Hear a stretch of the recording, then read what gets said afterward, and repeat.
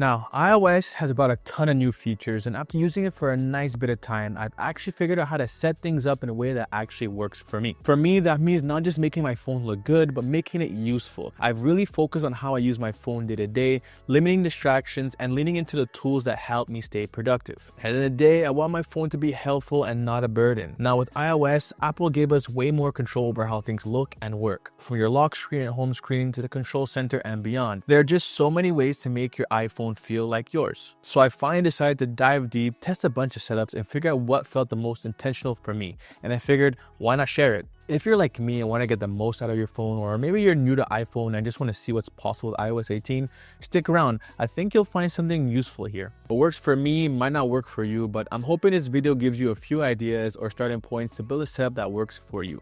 With that said, let's kick things off with some of the basic visual changes in iOS 18 and how I customize my lock screen. Alright, the first thing I wanted to do with my phone was really dive into customizing the look of everything. Because yeah, I want my phone to look clean and aesthetic, but also a lot of these visual changes actually tie into how I use my phone functionally. You can just hold down to customize it, and now in iOS 18, you can pretty much tweak everything.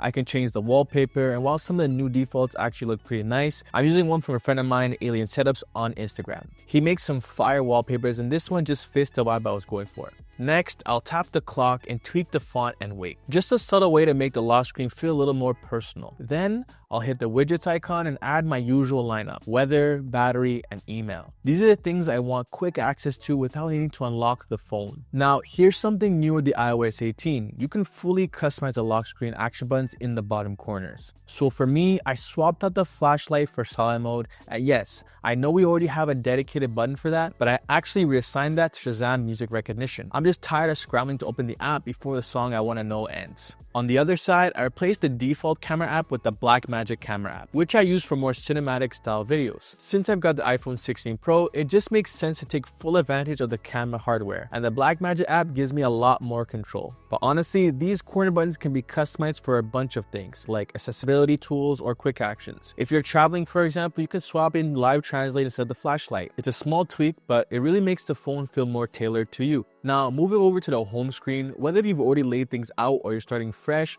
this is where things can get really intentional. Personally, I structure my pages around different focus modes. So I've got a main page, a fitness page, and one for activity. I also utilize the widget page for all my stacks. To plan out what apps I want on each screen, I use a freeform app. It's already built into iOS. But if that feels a little extra, Notion works just as well to drop things down and plan it out. Once I figured out what I want on each page, I go back to the home screen, hold down to enter edit mode, and remove any stock apps I don't use. All you gotta do after that is just tap the minus icon and hit remove from home screen. And then I start dragging in the apps I planned out for my main page. And yeah, iOS 18 finally lets you place icons anywhere on the screen. So I can drag them to the bottom for easier reach, or group apps together by holding one and tapping onto the others to move them all at once. But now here's something that's always bugged me. Some app icons being light, others dark. I wanted a more uniform look, and plus I like the dark aesthetic. So while I'm in edit mode, I tap the top left corner, go to customize, and now I can choose between light, dark, or tinted icons.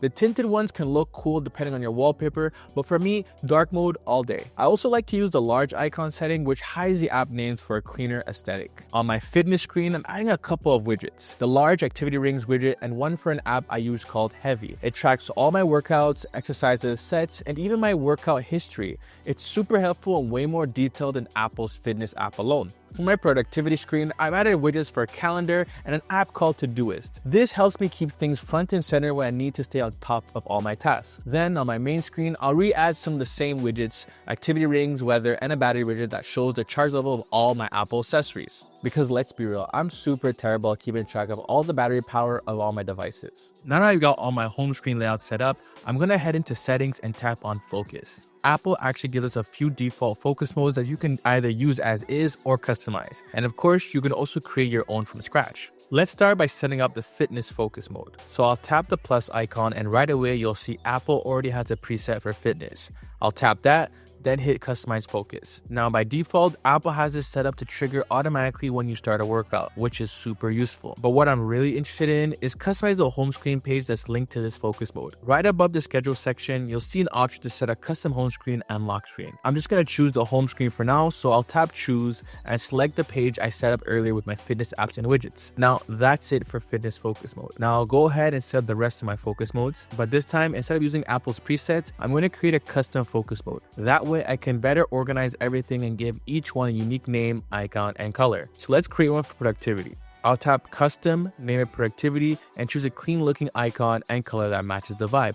Then I'll hit customize, and just like before, I'll select the home screen page I already built out for productivity. Now, while I'm in this mode, I want to set up notification preferences. Sometimes it's just way too easy to get distracted by constant alerts, so this is where focus really shines. I can silence all notifications, but still allow a select few people or apps to come through. For example, I want to make sure I still get notifications from my girlfriend, so I'll tap people, hit the plus icon, and add it to the list. That way, even when everything else is muted, any messages or calls from her will still show up. You can also flip this around, where everything is allowed except for specific people or apps. Totally up to how you want to structure your focus. Another cool feature is setting schedules for each focus mode. Just scroll down to the set schedule section and you can add triggers based on time, location, or even when opening a specific app.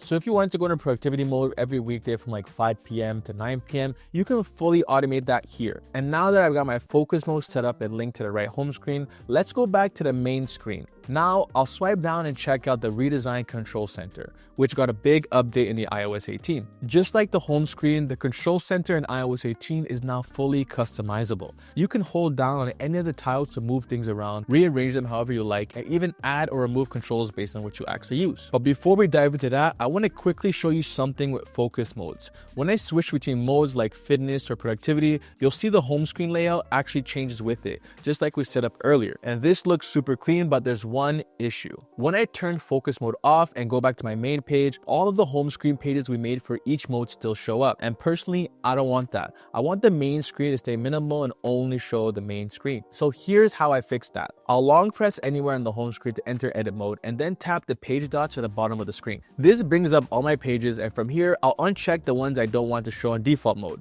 Once I hit done, you'll see only my main screen shows up when no focus mode is active. This keeps my phone clutter-free and a lot more intentional. Now, on the far left of all my home screens, there's a widget page. And honestly, I feel like a lot of people forget about this section. But for me, it's kind of become a command center. I set it up in a way that really supports how I use my phone day to day. So up in the top left corner, I've got what I call my stats corner. It's a stack of widgets that gives me all the health related stuff I care about at a glance, like my activity, sleep, and whether my devices are charged. And this is actually one of the few spots where I keep Smart Rotate on. That way, if something's running low on battery, like my AirPods or Apple Watch, it'll automatically bring that to the front without me having to swipe around. Over on the top right, I built what I call my listening stack. This is where I keep my quick access to things like YouTube Music and Audible. Lately, I've been listening to this audiobook called Breathe Like a Warrior, which has been super eye-opening. It's something I started paying more attention to, how important breathing actually is, especially during work or even just day-to-day life. The third widget in the stack is a shortcut that I made for my listening experience. With this shortcut, I'm able to easily change where I would like music or whatever I'm listening to come out of, whether it's from my phone, my Kest speakers, or my Mac Studio.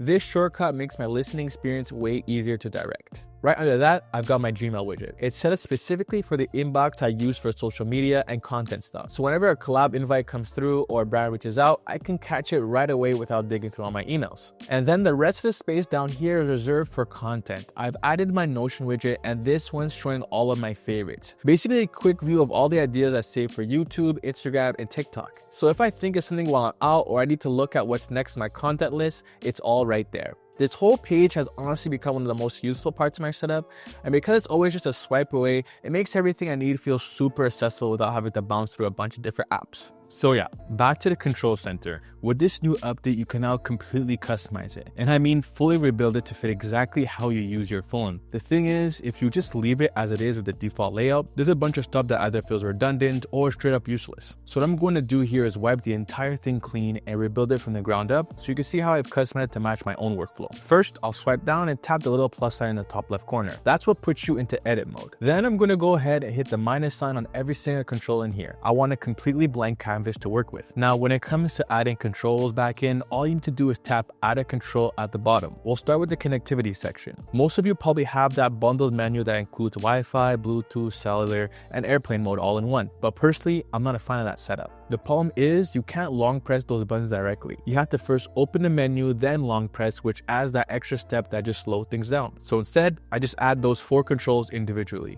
Airplane mode, cellular data, Wi-Fi, and Bluetooth, each in their own slot. This way, I can quickly tap or long press them without needing to dig into a sub-menu. And if you're having a hard time finding them, don't worry. Just use the search bar at the top. Type what you're looking for and it'll pop right up. Next to that, I'm adding the small now playing widget. I don't need this one to be huge. I just want to see what's playing, pause, or skip if I need to. But if you want a bigger version, you can resize it to your liking. Right underneath my connectivity buttons, I've got orientation lock, silent mode, and my focus modes. These are the things I'm switching between all the time, so having them easily accessible is key for me.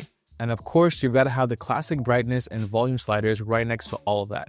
Can't go without those. Now, with the rest of the space, especially the bottom 8 slots, I like to fill these in with the controls that I personally use the most. So for me, that includes the camera, flashlight, calculator, and timer. I also add low power mode, screen recording, and background sounds, which I use when I need to focus or block out noise. And finally, I've added a shortcut that opens up YouTube Studio so I can quickly jump in and obsess over how my latest video is performing. And you'll probably notice that I've kept most of these functions within the bottom half of the control center.